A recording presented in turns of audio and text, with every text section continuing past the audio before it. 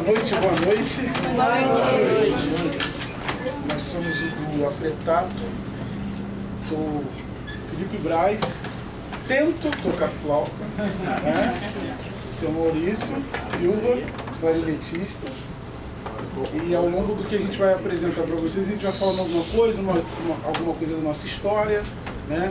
Do que a gente tem como trajetória, porque ainda é pouca, né? A gente é muito novo, né? Eu só tenho 22, o Maurício tem também, então muito tranquilo. E ao longo do tempo a gente vai falando sobre como foi e como está sendo, né? Essa carreira que é uma carreira realmente custosa, porém prazerosa, né? Então a gente vai falando com você. Então, boa noite. Boa noite. É um prazer para mim estar aqui. É a minha segunda vez aqui na Escola de Música. Não posso dar spoiler, obrigado. Não posso dar spoiler da minha idade, não. Mas em 2012 eu estive aqui tocando com um grupo também de câmara. E a primeira peça que a gente vai tocar se chama Vila Valsense, que é de um amigo do Felipe. Por que eu estou falando tudo isso que parece desconexo? Porque todo o trabalho que vocês vão ver aqui teve duas coisas que norteiam esse trabalho. Conexões, que é super importante, e exatamente o trabalho de música de câmara. Então, assim, eu sou meio que um advogado de música de câmara. Na faculdade, quando eu fazia bacharelado na Unirio, eu acho que eu tinha uns 8 grupos de música de câmara por semestre. Eu estava matriculado em 1 e tocava em 7 separados. Chegava no final do ano, era o caos, porque tinha que tocar em tudo, fazer prova, e eu lá, firme e forte, ou não, tocando, mas enfim. Então, assim, a gente vai começar a tocar e a gente vai fazer a nossa história de trás para frente. Então, essas obras acabou de ser estreada na semana passada no Teatro Municipal do Rio de Janeiro, e é a segunda vez que a gente vai tocar para o público, então vocês são os segundos a escutar.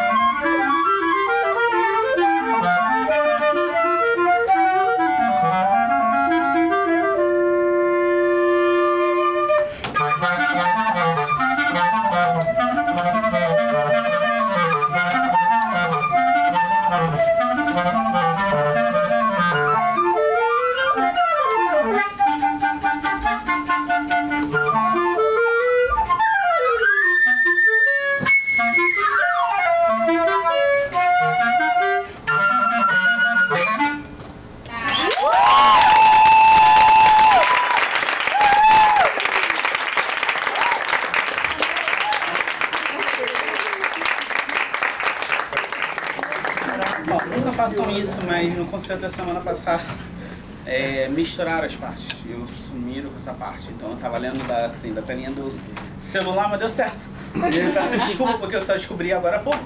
Então não deu pra imprimir.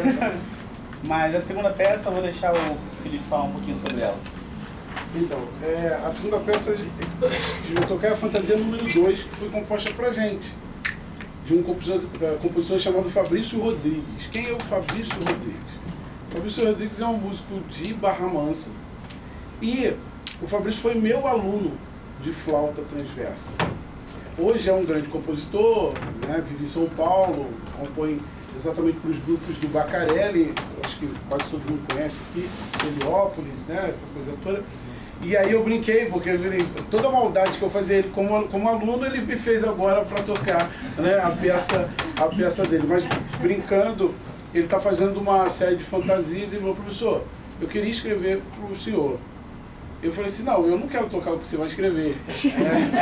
Brincando com ele. Mas assim, ele fez uma peça maravilhosa pra gente, agora está escrevendo também mais uma, que é de flauta e clarineta e banda, né?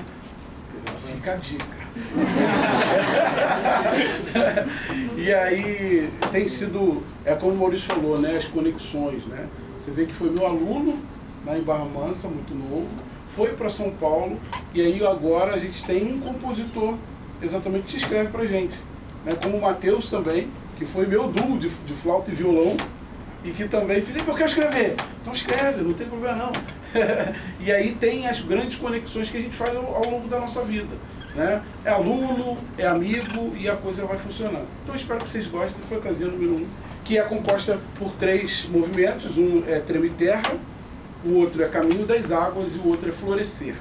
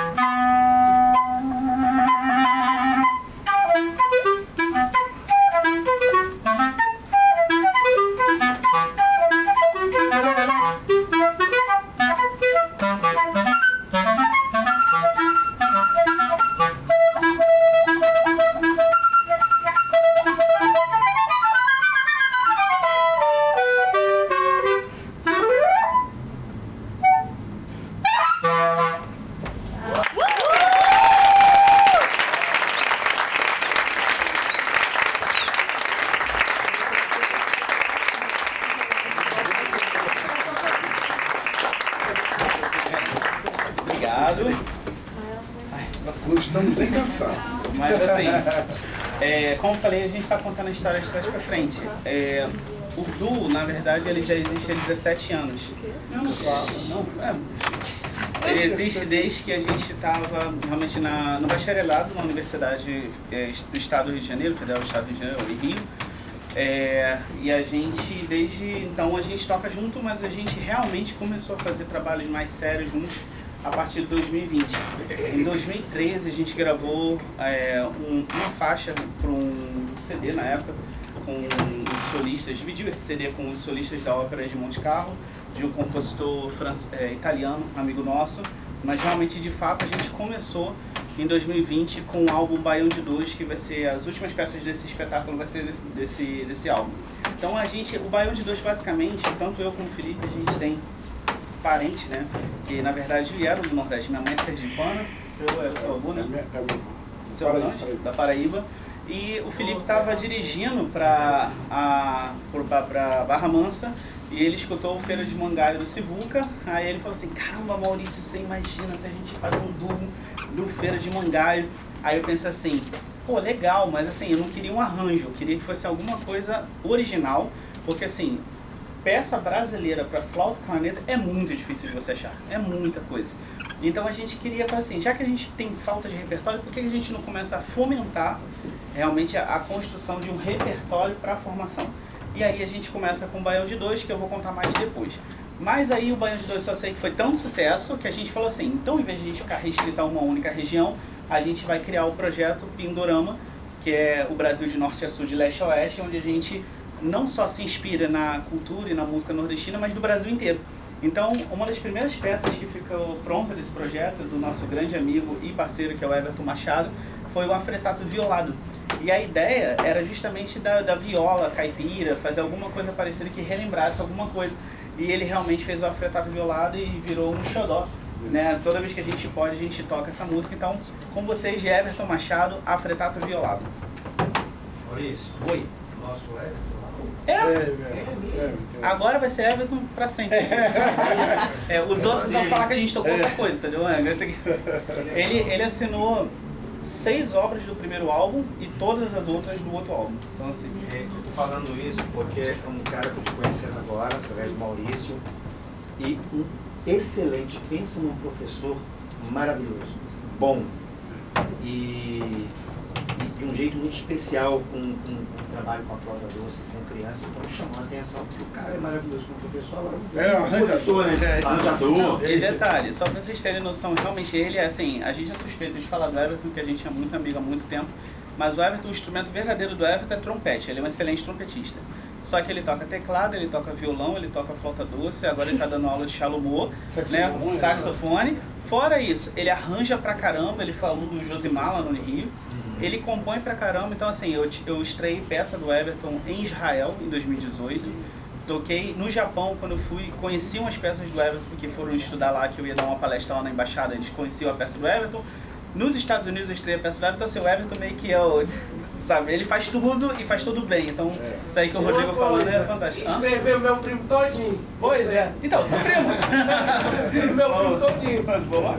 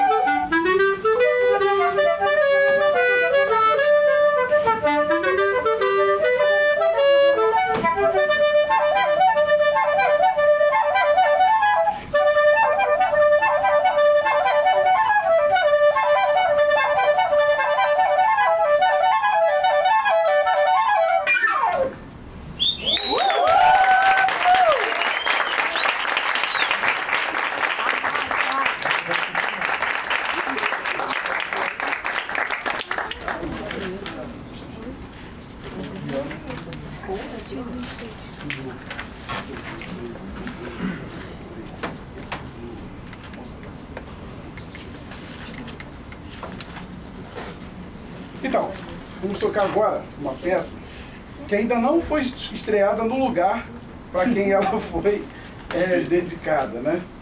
A gente... foi ano passado? Acho que foi ano passado. Deixa eu dar uma rebobinada. Então, eu fui professor do Festival de Orquestras Sociais da Unirio em 2 anos, né? Acho que teve gente aqui que foi, né? Foi, teve gente aqui que estava lá. E lá eu conheci a Nina, que é a pessoa responsável pelo Palácio de Itaboraí. Isso é mais uma vez para falar de conexão.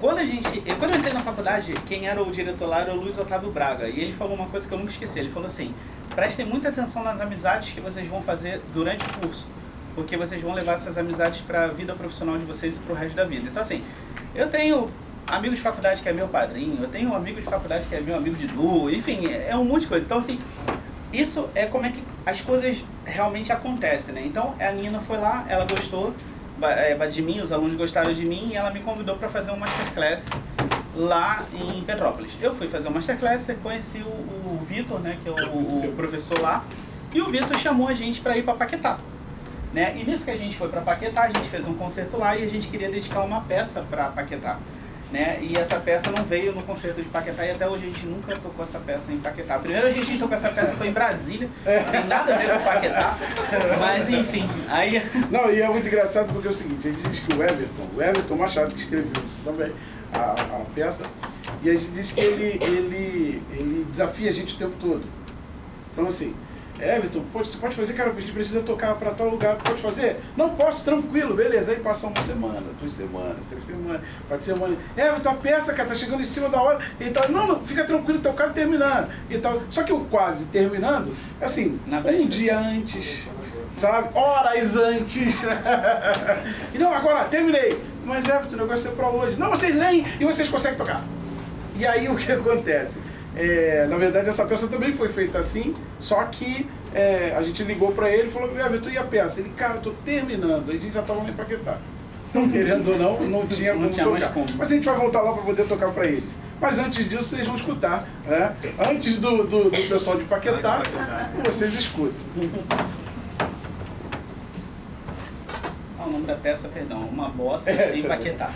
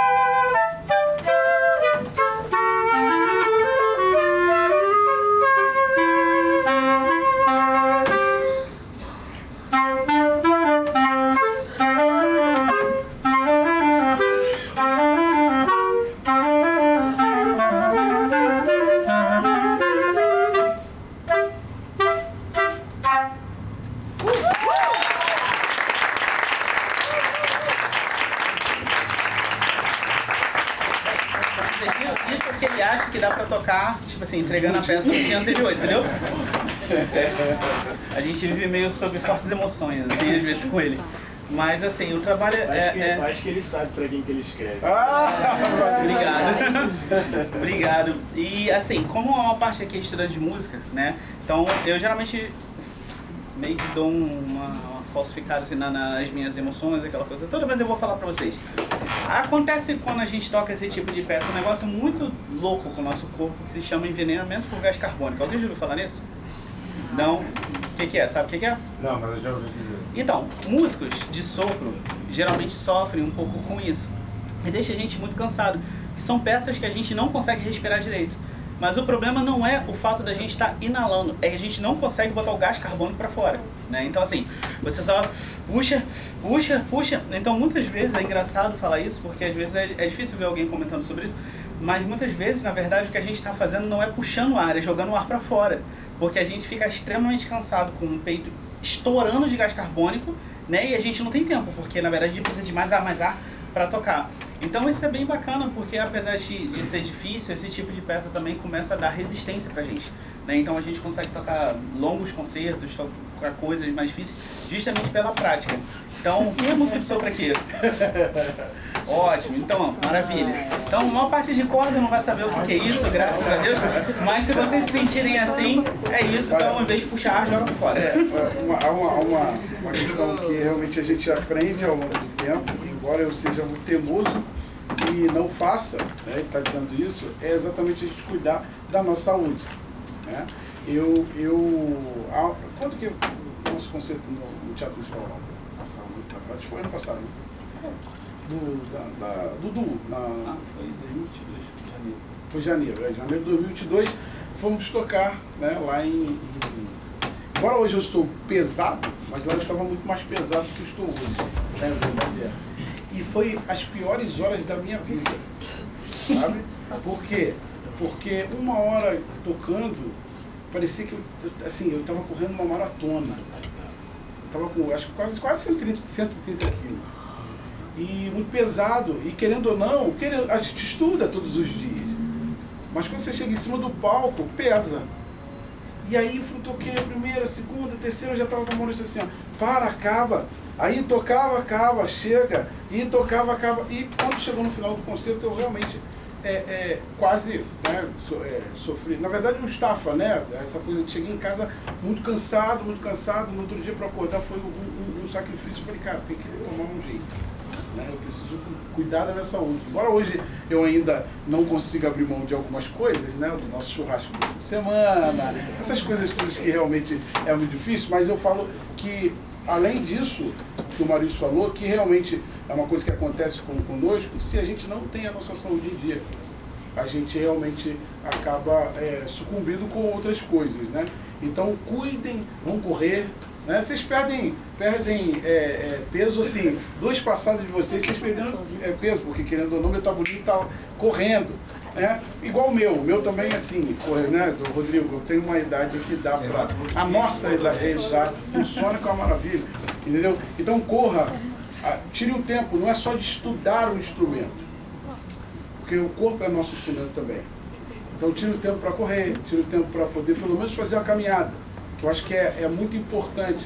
Aí você fala, pô, Felipe, olha você, cara, realmente, eu tenho feito isso devagarzinho, porque hoje eu não tenho tempo mais para parar e ficar 2 horas, 3 horas para poder fazer exercício como gostaria, é óbvio. Mas é uma coisa que cuide da saúde, para que a gente possa tocar e ter performance muito melhor do que a gente está tendo, né, agora, né? Então isso vale, deixou gravado. E assim, uma última coisa antes de a gente tocar, que o Felipe falou a verdade, porque a gente, como estudante de música, a gente sabe a quantidade de horas que a gente precisa praticar para literalmente, realmente tocar bem, não é fácil. E além de cuidar da saúde, uma coisa super importante também é que você faça outras coisas também, além de tocar, né? Um grande pianista, né, que faleceu, que foi o Nelson Freire, ele falou isso, que ele tinha um pouco de preocupação com essa nova geração de pianistas que passava o tempo todo dentro de uma sala, a vida inteira, tocando. Porque não é só tocar tecnicamente bem, o que você vai passar para o público. Então assim, você vai passar as suas histórias, a sua vivência, aquilo que você é. Então ele falava assim, uma pessoa que fica, sei lá, todo santo dia, não estou aqui falando que não é para fazer isso, mas bem de passagem que eu não estou dizendo isso. Mas assim, se você só fica dentro da sala só estudando, esquece da sua saúde, esquece de viver, quando você chega no palco, você não tem muita coisa para mostrar, a não ser técnica, dedo. E a música é algo que vai além, né? Quando a gente toca, a gente não só mostra virtuosismo, mas a gente conta uma história, a gente passa o que a gente é para vocês, e vocês sentem isso também. E da mesma forma é quando vocês tocam. Então assim, falando nisso, queria parabenizar pela linda abertura, eu fiquei realmente emocionado com vocês tocando. Bravo ao trabalho do Rodrigo, pra gente foi um prazer. Então, é isso.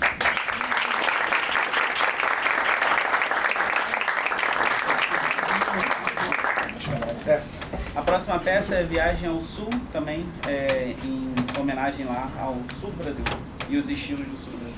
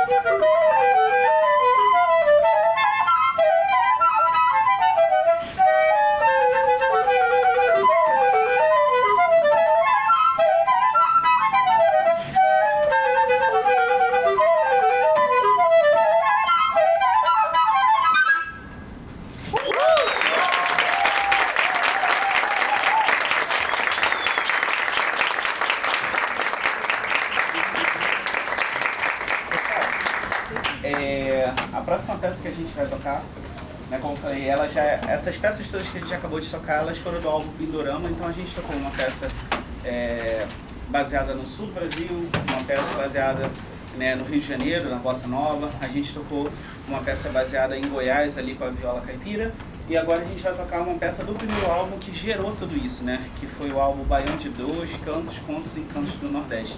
A gente teve algo muito bom, que a gente venceu o edital Cultura Presente nas Redes da Secretaria de Cultura do Estado do Rio de Janeiro, e a gente lançou o álbum através de uma live, né? Então, esse álbum ele é assinado por 2 compositores, que é o Everton Machado, que foi o compositor de todas as outras peças que a gente tocou, nessa parte central, né? E o outro compositor é o Plínio Alencar, também, que está em São Paulo agora, né?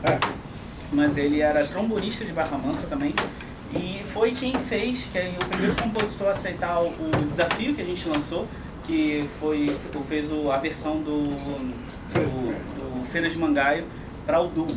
Então essa peça, vocês vão perceber que além dela ter essa melodia aqui que é conhecida,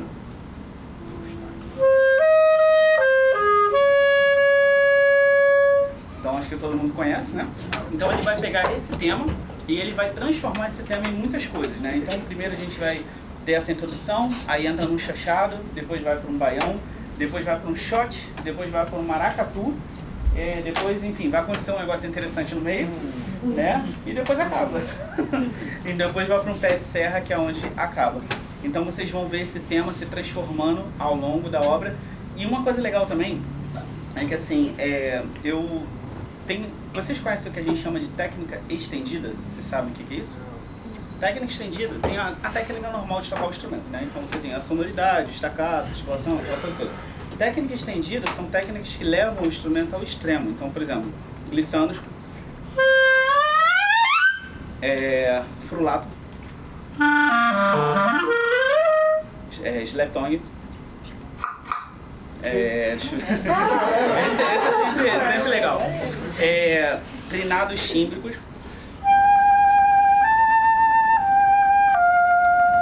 aí uma série de outras coisas. Só que muitas vezes a gente vê, e nada contra isso, a gente vê essas técnicas sendo muito exploradas pelos compositores contemporâneos. E eu sempre me perguntei, sério mesmo, se fosse na época de Mozart, Beethoven, como é que eles lidariam com essas técnicas? Então eu pedi ao Plínio para que ele incluísse essas técnicas, então ele vai incluir algumas coisas, por exemplo, como multifônico. Ou seja, a clarineta não é um instrumento harmônico, mas aqui eu estou tocando 2 notas ao mesmo tempo, Sol e Dó. Eu canto dentro do instrumento, às vezes é difícil de escutar, mas eu vou cantar do instrumento. Felipe também vai fazer uns efeitos. E vai ter uma outra coisa que vai ser uma surpresa, que eu não vou falar aqui o que é, mas vocês vão ver o que vai acontecer.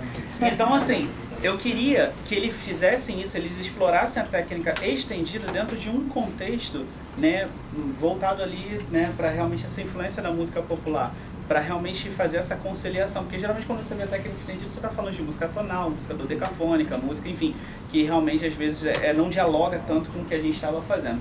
Então daí vem esse nome, Ritmos e Encantos Nordestinos, é justamente em homenagem a toda a cultura, toda a beleza do povo nordestino, da música nordestina, dos gêneros nordestinos.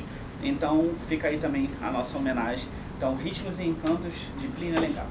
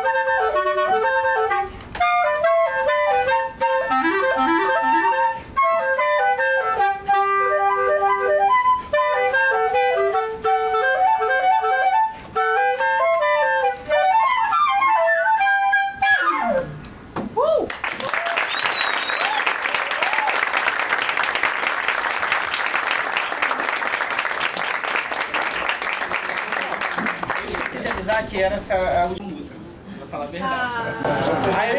Eu ia falar, eu vou explicar. Então, é isso aí, então. Obrigado, você pegou aí. Eu ia falar isso, eu ia falar assim, foi a última música, mas se vocês gostarem, eu ia tocar um bis. Mas como eu não anunciei e ele acabou de falar, já gostou? Então, beleza.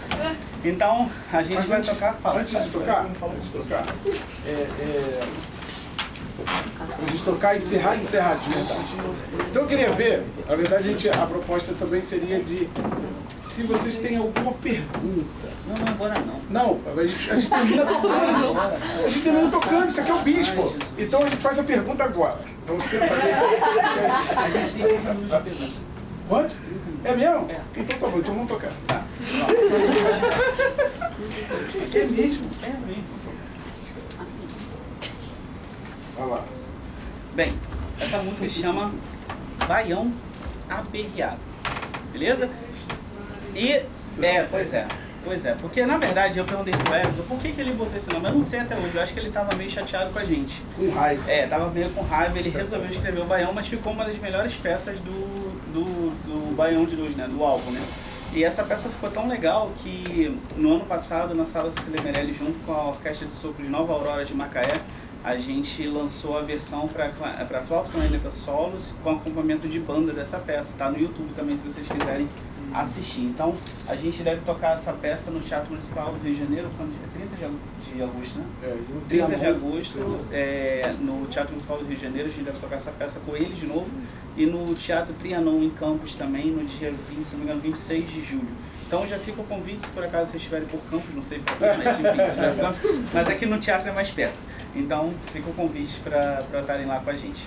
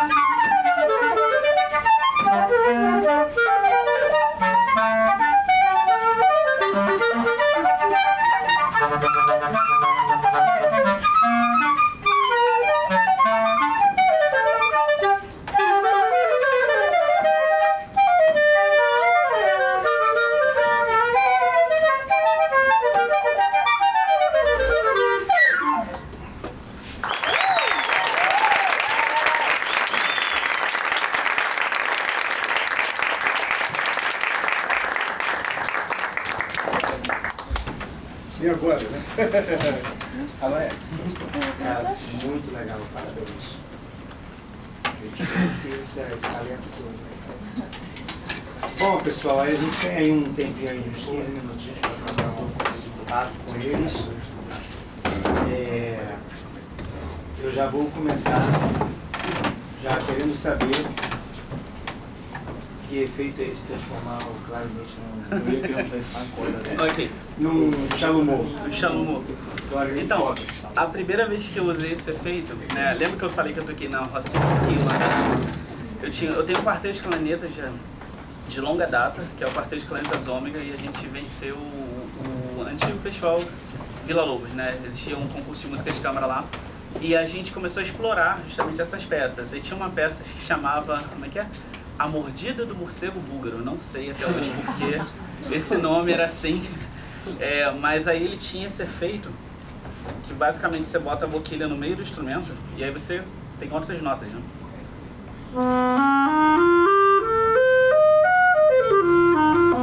E parece que você também pode usar como se fosse uma surdina.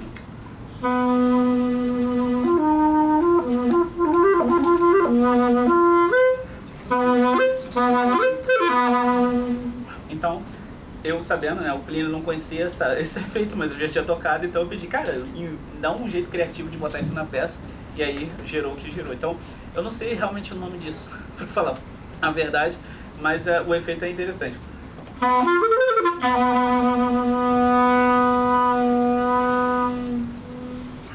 Então, é um jeito criativo de você usar o mesmo instrumento de uma forma diferente. É isso. Como é que... Ainda dentro disso, provavelmente essas posições são posições de harmônico, né? Sim. Posição de harmônico, no caso, você pensa em outra tonalidade, começa a transpor... Na verdade, assim, quem escreveu foi o compositor. Então eu gravei para ele, disse as notas na época, e aí ele dentro da composição, ele pegou aquelas notas e ele já escreveu desse jeito. Então, na verdade, o que está escrito ali é que eu posso fazer qualquer coisa nos primeiros, nas dois primeiros ritornelos, e depois eu tenho que seguir o padrão que ele escreveu. Então é meio que eu improviso, então eu posso escolher o que eu quero tocar e depois ele já sabe exatamente a nota que ele vai fazer, porque aí vai gerar a deixa para o Felipe voltar. De nada. Como isso é escrito na partitura? Mesmo jeito, a única coisa que você fala é desmontar o clarinete e tocar com a parte do meio, só isso. Só a parte rítmica, né? Ele escreve a parte rítmica com um X em cima. Não, esse aqui não, esse você escreve a nota, porque esse tem altura. Tem altura? Vendo? Eu não sabia. Porque tem os efeitos percussivos, eu não sei se vocês prestaram atenção, mas o Felipe fica... Eu ia montar isso depois. Esses efeitos percussivos muitas vezes tem X. Na clarineta isso seria como se fosse o slap, né? Só que assim, eu não faço slap bem, por incrível que pareça. Então assim, porque eu toco com ponta de língua. Slap você tem que usar o meio da língua. Então assim, pra mim é muito desconfortável.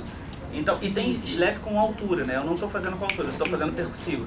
Então na minha partitura até tem isso, mas é como se fosse... Vocês já viram falar em ghost note? Que é aquela nota de jazz que você some, né? Então eu tenho... Quando tem isso, pra mim é pra fazer isso. Pra eu sumir com a nota, não pra eu literalmente dar uma eslepada na nota. Então basicamente é isso. E aquela mordida? Eu falo. Mordinha? Não, na verdade a gente tem lá um efeito, né? Na verdade você sopra dentro da flauta e muda a afinação. Porque a gente, a flauta, né? Há quem diga que se botar na frente do ventilador ela sai som sozinho. Eu não acredito. Tá? Então a afinação a gente tem pelo bocal, né? Mas também a gente tem aqui. Se a gente pega, toca lá, vamos lá, sol. Ou.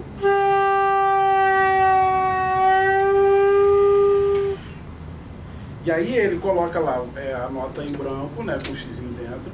E aí fala assim, ó, sopra, né? Aí tá lá obscuro, né? Então você dá lá.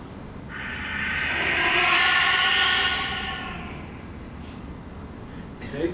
E aí você muda a afinação e volta a afinação numa nota que está lá como altura, que é o Fá. Entendeu? Então a gente pode botar qualquer nota, se ela fizer lá. Entende? Então você tem essa... Seria um bend soprado? Exatamente. Um bend soprado. Porra, isso aí. A única diferença é que assim, não necessariamente ele precisa fazer um bend. Né? Geralmente a gente tem muitos efeitos desses só com a nota parada. Mas assim fica mais legal. Não, mas no caso da partitura ele já Não, sim, sim, mas existem alguns que que só a nota parada, exatamente. Mais? Eu percebi que você tem O quê? um negocinho. Eu sei, não é chiclete, Essa porcaria tá? aí. Não, eu imaginei que não. Tá, vou explicar. O que acontece? Não é teflon, não é esparadrapo. Porque o que acontece? O meu dente parece uma serra. Por mais que eu não aperte a embocadura, porque eu manipulo a embocadura o tempo todo. Quando a gente aprende a tocar caneta, a gente fala assim, não mexe a embocadura. Depois que você vai ficando mais velho, aí o pessoal fala assim, tem que mexer. Então, eu manipulo o tempo todo a embocadura para controlar a afinação. Então, assim, o tempo todo eu e o Felipe, a gente está afinando.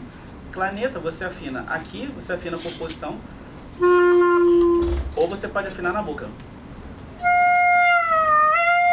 Então, o tempo todo eu tô fazendo isso. Então, se eu tocar por muito tempo mordendo, eu firo minha boca toda. Então, eu preciso do esparadrapo para eu conseguir tocar mais horas sem me machucar. Então, é para isso que eu uso essa coisa irritante aqui. Enfim, é um mal necessário. Nojeira de cliente. Não vou nem tomar nada. Não, cada um com a sua. Também. Você acha bonito. Essas técnicas avançadas, em que momento a gente pode pensar delas no nosso estudo? Porque eu acredito que, como foge da nossa rotina, a gente não pensa nela toda hora. Em que momento vocês pensaram em falar, agora eu tenho que estudar técnica avançada? Assim, é porque são talvez muitas diferenças e a gente vai responder separado. Assim, basicamente você começa a ver isso, geralmente hoje, na faculdade. Então, por exemplo, nós dois fizemos bacharelado e a gente tem peças que obrigam a gente a fazer conhecer esse tipo de efeito. Apesar de que o que a gente usou aqui, eu acho que é muito mais do que se demora a gente viu na faculdade inteira, né? Então, assim, o que eu responderia? Eu acho que dependendo da situação, você pode ver desde o começo. Dependendo da situação, por exemplo, frulado. É só o staccato duplo. Também não é... Depois que você aprendeu o staccato simples, tipo assim, não é tão difícil fazer. Agora, quando você... Por exemplo, treinado tímbrico também. Tranquilo. Agora, quando você começa a mexer muito na técnica original do instrumento, eu acho que primeiro você tem que solidificar aqueles conhecimentos. E a partir do momento que você, por exemplo, está com a sonoridade solidificada, aí você começa a mexer. Né? Então, todas as questões de... ou outros efeitos, como multifônico. Uma coisa legal para você.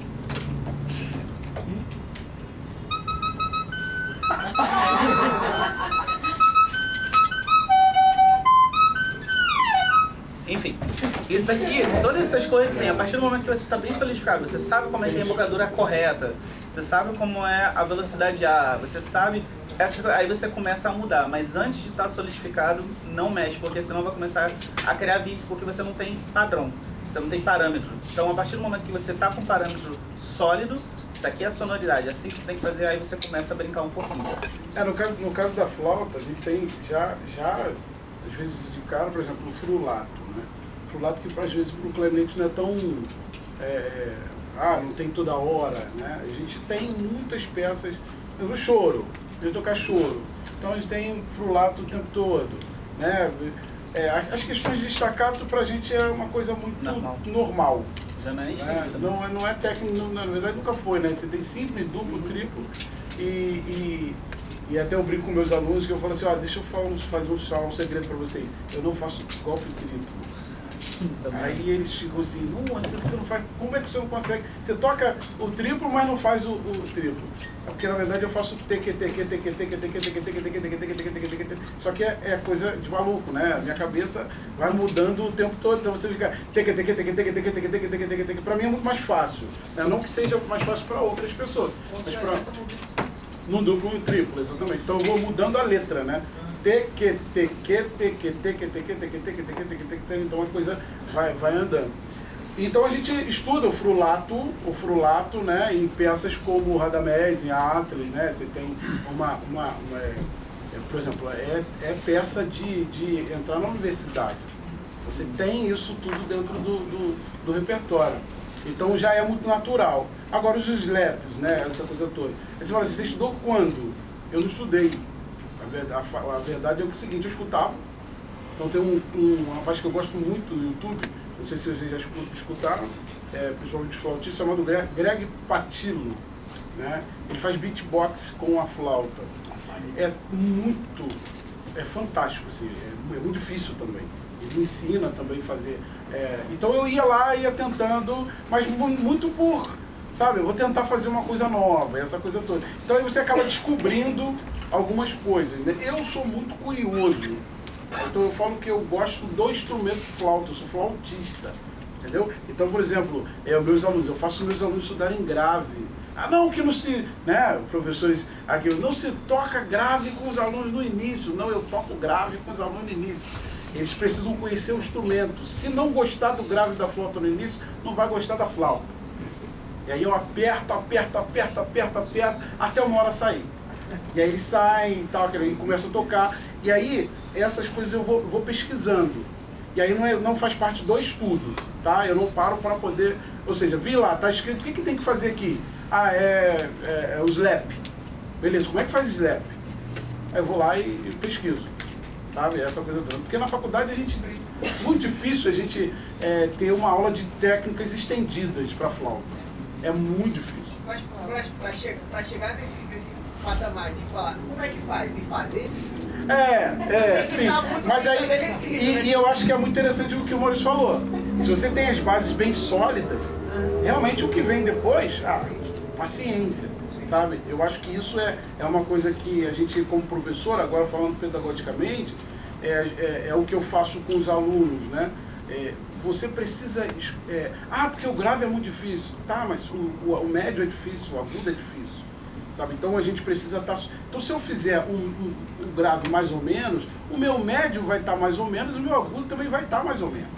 Então assim, eu preciso solidificar o grave. Esses dias eu botei uns alunos tocando o concerto de Vivaldi, né? No meu stories, que é o concerto La Tempesta di Mare. Então eu boto eles para fazer exatamente a escala de Fá maior, os arpejos de Fá maior, Fá com sétima, Fá com nona, e aí eu faço toda a aula dessa, e agora vamos estudar o concerto em Fá maior. E aí eles vão grave, não grave. Por que, Felipe, grave? Você tem essa coisa com grave. É um instrumento agudo. Então, quem toca instrumento grave aí? Cadê? Beleza, qual é a coisa mais difícil para fazer um instrumento grave? Agudo. Ora, então vai estudar agudo. Entende? Então, o instrumento agudo. O que é mais difícil para fazer? Flauta, então, né? Aquela coisa. É grave, então vai estudar o grave. Porque o agudo vai sair. Eu tinha uma professora, chamada Laura Ronay, ela dizia isso. Mas, gente, se você pegar o instrumento, a flauta, e soprar no meio de um terminal desse, da vida, ela já vai gritar porque ela é aguda, ela vai chamar a atenção. Agora, o difícil é você ir para os graves e tocar e tal, aquele negócio todo. Então, eu acho que se você tem a base, né, e eu não fujo, por exemplo, eu dou aula no Conservatório de Niterói desde os 18 anos, né, e aí, uma vez uma menina, a secretária falou assim, filho, você está botando os alunos muito rápido para fora do conservatório. E eu falava, pô, mas não, tem que segurar, porque tu paga a mensalidade e tal, aquele negócio todo. E eu falei, mas não é o intuito a mensalidade, o intuito é ele ser meu cartão de visita, para vir outras, né? Então eu pegava e fazia, meu irmão, vai pro grave, não, vai pro grave. Quem não quis, foi embora. E aí, paciência, eu sou o pior professor do mundo. Mas quem quis hoje, por exemplo, eu tenho o privilégio de ter alunos comigo. Por exemplo, a gente tem lá o Augusto, no projeto que a gente dá aula, que eu peguei de um jeito, já tinha iniciado com outro professor, peguei de um jeito que hoje está na universidade voando, sabe? Eu tenho alunos do meu...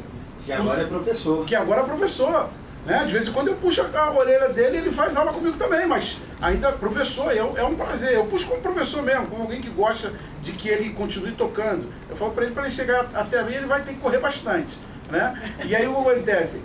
Tem o Cícero, que é o outro que também assim, voa, sabe? Tem a Thaís, que foi minha aluna, hoje é mestre. Toca lá, é minha segunda flauta lá na Sinfônica de Barra. Então, assim, pra mim, né, exatamente. Você dá aula, pô, legal. Você dá aula lá no música das escolas? Dou aula no música das escolas. Sim. Volta Redonda. Volta Redonda do Nicolau, né? Lá, exatamente. Então você tem essa coisa de você dar a base. Por exemplo, vocês tocaram um arranjo aqui maravilhoso, mas se não tivesse base, não ia sair de jeito nenhum. Essa questão que o Felipe está falando é muito importante, assim, porque vocês precisam conhecer o instrumento de vocês. Acho que quem mais tem que conhecer o instrumento de vocês são vocês. Então, vou dar um exemplo aqui, por exemplo. Quem sabe que clarinete é guinche?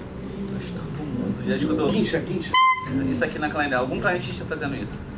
Tava conversando com a Dani, que eu descobri que ela tem um passado clarinetista, né? Então, assim, Depois ficou eu inteligente. tava conversando com ela que todo clarinetista tem que falar sobre guincho, né? Senão não é clarinetista. E pouca gente sabe que o guincho acontece por 3 motivos. Você vai tocar e o dedo tá fora. Guinchou. Algum problema na embocadura, mas isso aí é mais tranquilo. Só que o que pouca gente sabe é que a língua a gente divide em ponta. Então, quando você fala tá, você mexe a ponta. Cá, você tá mexendo no meio. Só que a clarineta, esse registro aqui, na verdade é um registro secundário. O primeiro registro da clarineta é a parte de trás da língua. Então, vocês estão conseguindo ver aqui mexer? Então, muitas vezes a pessoa guincha porque ela está numa posição, por exemplo, vai fazer um dó.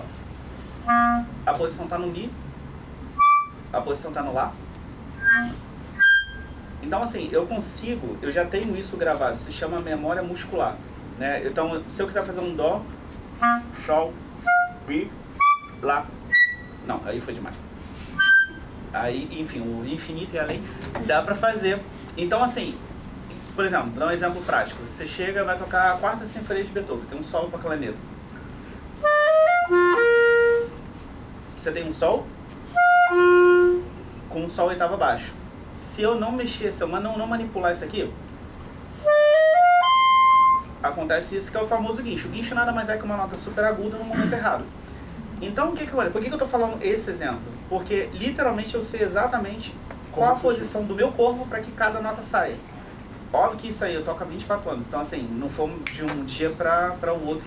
Mas assim, se eu não tivesse esse domínio, eu não conseguiria agora fazer as outras coisas, né? Então, por exemplo, quando eu falo no multifônico,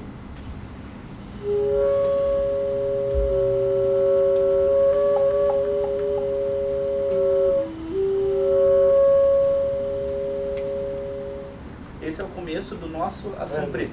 A gente também tem um Ação Preta, né? Então, assim, isso é legal, mas volta a falar. Olha o que eu fiz aqui, eu tirei o dedão de apoio, apoiei o clarinete aqui, mudei embocadura, mudei posição. Por quê? Porque está solidificado o básico. E a técnica estendida ela é tão difícil de vocês verem, porque ainda existe um tabu de que técnica estendida é para quem é da faculdade, e mais importante, para quem quer fazer música contemporânea. Então, assim, é difícil você ver as pessoas tendo, vamos assim dizer, não por mal, mas a criatividade de usar a técnica estendida num contexto diferente. Então, assim, a maior parte das pessoas não vai querer fazer música contemporânea porque não é o que atrai, né? Então, assim, o público é menor de música contemporânea. Mas, enfim, eu acho que é um efeito que dá para usar em muita coisa. Eu acho que é um efeito válido.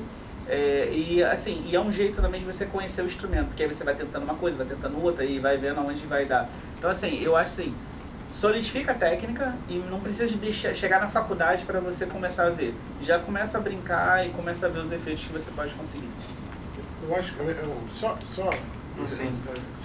eu acho que sim, o que a gente pode falar, né? Eu há um tempo, quando eu era pequeno, eu fui entrar na banda, fui tocar na banda e aí a fala, né, era assim: você não vai chegar a lugar nenhum, você não vai tocar, você não consegue tocar, porque na verdade eu tremia igual vara verde, deixava o instrumento cair no chão. Os nossos concertos, que eram concertos didáticos também, né? Mas os concertos didáticos que a gente era diferente, era assim: ah, não, vou mostrar o instrumento para as crianças da escola. Então, querendo ou não, agora, levanta aí, flauta. Olha o som da flauta sozinha. Então,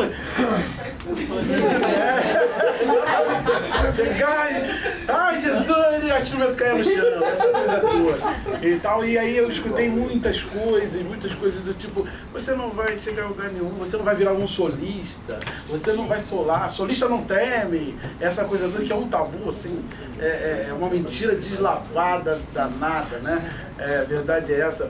E só que uma vez eu subindo assim, o morro da minha casa, eu falei com Deus, falei: Deus, eu vou ajudar gente igual a mim para poder tocar, né, e mostrar que isso era uma coisa mentirosa. Por quê? Porque eu costumo dizer para os meus alunos que a gente não tem limite. O corpo não tem limite.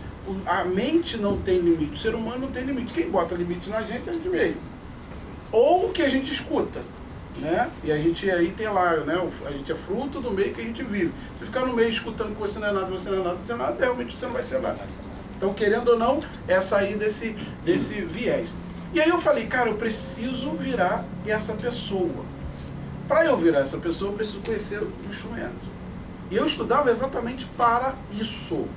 Tá? Então, eu olhava James Galway tocando, que é um dos grandes, eu quero tocar igual esse cara. E aí tocava, aí pegava as coisas mais difíceis. Hoje, se você for no YouTube, o único flautista do estado do Rio de Janeiro que gravou o Cacciatone, que é um concerto para violino, né, na flauta, com uma orquestra completa, fui eu. Bom.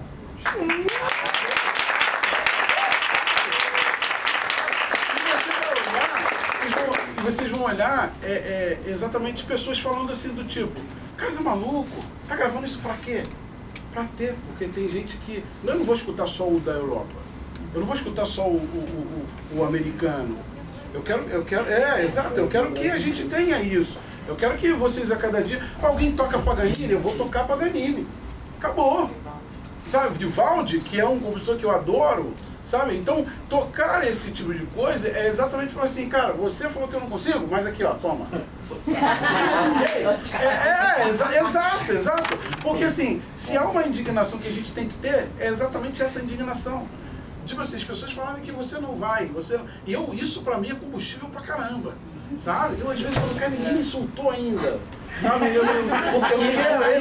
Porque é um combustível a mais pra dizer assim, exato, sabe? Aquela coisa toda, eu como um bom TDAH, né? Como um bom, ou seja, o cara que vai me desafiar, eu falo, é mesmo? Tá bom então vamos ver se eu não vou conseguir. E aí eu brinco com meus alunos e falo com eles exatamente isso. Se eu consigo fazer, você também consegue. E aí eu tenho N exemplos, mas eu tenho um agora há pouco tempo, que foi a Jéssica. A Jéssica chegou para ter aula comigo e ela disse assim, Maurício conhece a Jéssica, falaram que eu não vou conseguir passar na universidade tocando flauta. Eu falei, você não é formada, você não é licenciada e tal? Ela falou, não, mas eu queria fazer bacharel de flauta. E falaram para mim que eu não consigo porque eu sou muito ruim. Eu falei, então você não vai fazer aula comigo. Porque se você já acredita nisso, beleza, pode ir embora. Não, professor, não sei o quê. Desculpa. Falei, então vamos fazer o seguinte, acabou. Você não vai falar mais nada disso e a gente vai começar a estudar. Ela estudou comigo um ano. E aí, esse ano, né, ela passou para a Unirio e em qual posição? Em primeiro lugar. Então, eu acho que é isso, sabe? Precisa ter em mente, eu estou com vontade de desistir, eu estou com vontade de desistir do instrumento. Poxa, caramba, estudar, nós somos solitários, mas solitários como? Né? Solitários no quarto, tá lá estudando, mas depois a gente vira coletivo, porque olha só o que vocês fizeram aqui. Mas isso aqui foi fruto de um quarto parado, para poder resolver aqui. E eu falo que o ser humano não foi feito para ficar sozinho. A gente foi feito para fazer música juntos, para tocar junto. Agora, é olhar e ver o outro, aquela competição saudável. Caramba, ele está tocando aquela posição que eu... O violino, por exemplo, ele está fazendo quarta posição que eu não sei fazer. Eu vou para casa e vou estudar a quarta posição. O trombone, o trompete, ou seja, a clarineta. Então, é olhar esse tipo de coisa e falar assim, cara, por que esse cara fala que eu não posso? Porque a primeira coisa é afastar dele, fato, tá? Porque aí você não vai escutar. E a segunda é o seguinte, eu vou mostrar para ele que eu posso, sabe? E mostrar de fato, sabe? Ter um propósito. Desculpa a geração de vocês, mas a geração de vocês mais do que a nossa, né? É uma geração que quando tem as dificuldades, a primeira coisa é largar. Ou seja, se você perguntar para o pessoal da geração de vocês, tem 5 faculdades, ele fez 5 faculdades, terminou uma. Comecei em educação física, fui para administração, fui para... ou seja, toda faculdade vai ter a dificuldade.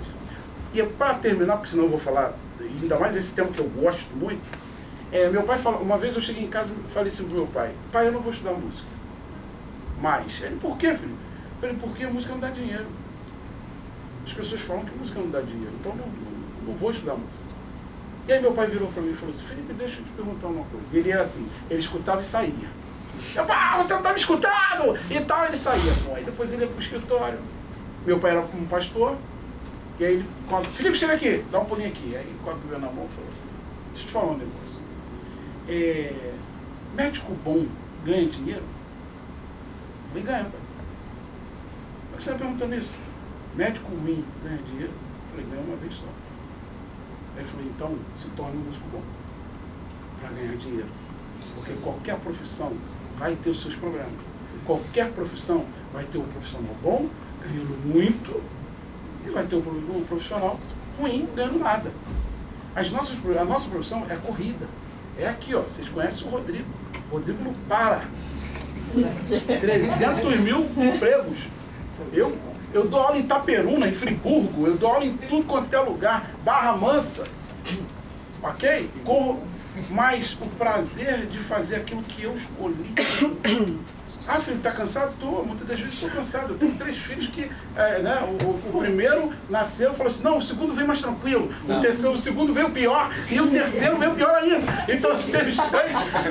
Se tivesse aqui, tava fazendo uma bagunça. O Maurício também tem. Então, mas quando eu chego em casa, aquela sensação de, caraca, que coisa boa, sabe, de dever cumprido. Você não pensa que tocar para vocês, e do jeito que a gente tocou, é chegar assim no carro, entrar ali no carro e falar assim, cara, graças a Deus, o dever cumprido, sabe, sair caraca, eu consegui fazer, mais uma vez, ou seja, como o Maurício, são 25 anos, muitos de vocês têm até 20, quando a gente começou a tocar sem nem nascido era. Exatamente. Então, o prazer de dizer para vocês, vale a pena, pegue o instrumento, estude ele, não vire tocador. Eu digo para os alunos assim, o cara diz assim, não, eu toco flauta. Você toca flauta? Você toca flauta ou você é flautista? Porque há uma diferença.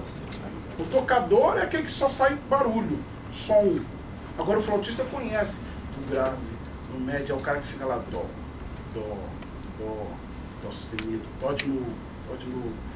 Então, vire flautista, vire saxofonista, vire trompetista, vire clarinetista. Ou seja, conheça o instrumento de vocês, para que vocês sejam aquela coisa que eu falo que é o contrário daquilo que falam para vocês. Sabe? Aquilo que digo, na música para aquele cara. Eu brincava muito, dizia assim, ou eu vou morrer muito rico com a música, ou vou morrer muito pobre, mas com a música. Ok? Com a música. Então eu acho que isso é fantástico. Eu falei que eu vou falar isso. Não, o Maurício disse aqui 3 vezes. Tá, último. Eu vou falar isso a vida toda. Vou parar e até para o público eu digo isso. Sabe? Não acreditem na palavra negativa que falem de vocês. Ou seja, bota na cara que realmente vocês podem. A última coisa. O Felipe, eu também tenho esse exemplo, mas eu acho que ele já falou muito sobre isso, então eu não vou entrar. Mas a última coisa que eu queria falar bem rápido... Ele fala pra caraca, aí quando eu falo... A última coisa que eu queria falar pra vocês é o seguinte, uma palavra pra vocês, o mundo precisa de vocês, precisa da criatividade de vocês, precisa do talento de vocês. Vou dar um exemplo do Dudu. Quando a gente começou, uma das nossas maiores dificuldades, como eu falei aqui, era achar repertório brasileiro para clarinete e flauta.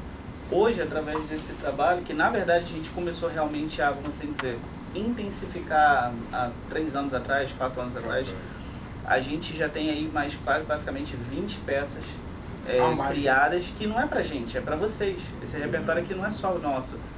Por exemplo, no último concerto do Teatro Municipal a gente trouxe essas peças e quando a gente chegou em casa, um dos compositores botou no Instagram assim, cara, foi o melhor dia da minha vida. Porque é difícil para um compositor ter sua peça tocada hoje em dia, né? É muito difícil. E ele estava do lado ali do Ilho Pitombeira, que é um cara super famoso, incrível. Ele se sentiu de um jeito e foi interessante porque a gente fez querendo honrá-lo, mas não foi com aquela intenção assim, tipo assim, a gente não estava com aquela presunção da hoje. Só que para ele foi uma coisa muito especial. Então assim, se a gente pegou um duo de flauta e clarineta, criou um repertório brasileiro que vai ficar para a história, para vocês, Se a gente acaba realmente levando o nome dos compositores além, o que cada um de vocês não podem fazer, né, individualmente, coletivamente falando. E uma das coisas que eu mais gosto é tocar música de câmara. Quando você toca música de câmara, você pode ser você ali. Então, assim, mais uma vez, não desistam, como o Felipe falou. Esqueçam as palavras negativas, usem elas de trampolim para vocês alcançarem lugares mais altos. E, mais uma vez, deem vazão à criatividade de vocês, ao talento de vocês, para que o Brasil já é conhecido pela excelente música que a gente faz. Só que é aquela coisa, cada geração tem que vir, né, com esse mesmo fogo, com essa mesma intensidade, porque senão a gente só vive de passado. Fulano de tal era bom. Antigamente tinha música boa. Não, a gente tem que... Nós somos as pessoas que vão renovar isso, né? As nossas gerações. Então, continuem, não desistam. Deem espaço realmente para a criatividade de vocês. Eu sei que a gente vai conseguir muitas coisas ainda melhores ainda no mundo aí por vir, tá bom? Obrigado.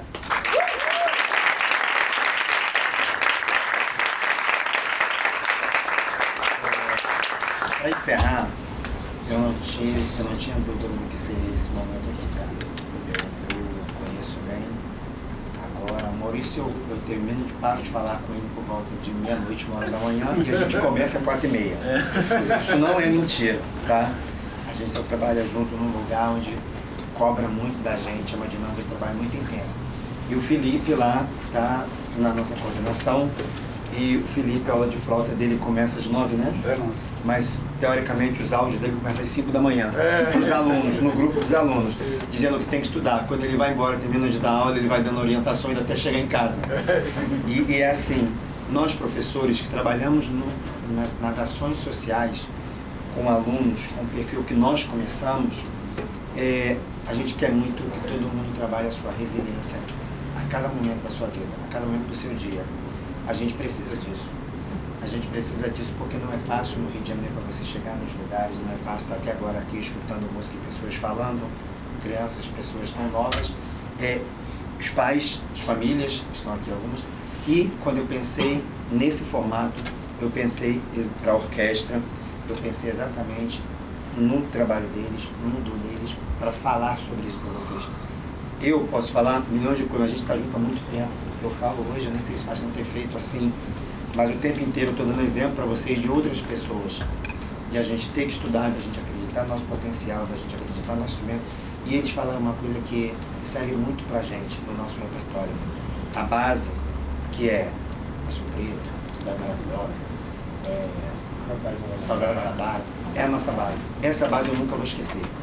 E olha quanta gente não toca arranjo, como a gente tocou arranjo do professor Paulo, o Serra da Boa Esperança, que é o arranjo mais recente da gente, talvez o último, e o penúltimo foi o Gato e o Canário. A gente só tocou e preparou rapidamente por conta da base. Aliás, o Paulo também, desculpa. Então, e a gente preparou e tocou ele rapidamente, e agora a gente está naquele momento de deixar ele um requinte, deixar ele mais qualidade, de trabalhar os pianos e tal. É isso. Eu só tenho a agradecer a vocês. Obrigado por tudo. Depois dessa, eu não sei, acho que eu vou pedir de vocês hoje. Foi muito legal, cara. Eu queria pedir um favorzinho a todos vocês, aquela tradicional foto pra gente. Eu queria fazer um pedido também, pessoal da comunicação aqui da escola. Eu sempre peço isso. A gente, quando toca assim, tem uma dificuldade muito grande de ter material de qualidade fotográfico. Esse pessoal aqui da escola de música tira cada foto, rapaz, esse negócio bonito que me vem regendo, são eles, entendeu? Mas é isso, assim, da gente disponibilizar o link para eles depois, não sei como funciona essa questão da autorização. A única coisa que eles pedem, que eu acho que é muito pouco, eles poderiam pedir muito mais, é marcar nas redes sociais, porque é uma galera que se dedica à nossa produção aqui. A Escola de Música da Rocinha, hoje ela viu, eu sou de um momento aqui da escola, eu, a professora Valéria, e eu sempre falo isso para eles. A nossa história, a gente nunca esquece a nossa base. A gente dava aula aqui do lado na escola de samba, de flauta doce e de coral com a escola de samba ensaiando do lado. Hoje a gente tem um teatro para a gente estar falando aqui e ter uma produção, os fotógrafos, o nosso técnico de som, lá o Marcelo, e muitos alunos e famílias, que não posso deixar de falar das famílias que tanto nos apoiam. O nosso trabalho aqui só acontece graças ao apoio de uma comunidade e das famílias por acreditarem cada vez mais na gente. E eu quero agradecer aqui, que está representando toda a equipe de coordenação, a Natália, muito obrigado por tudo. E uma salva de palmas e a nossa tradicional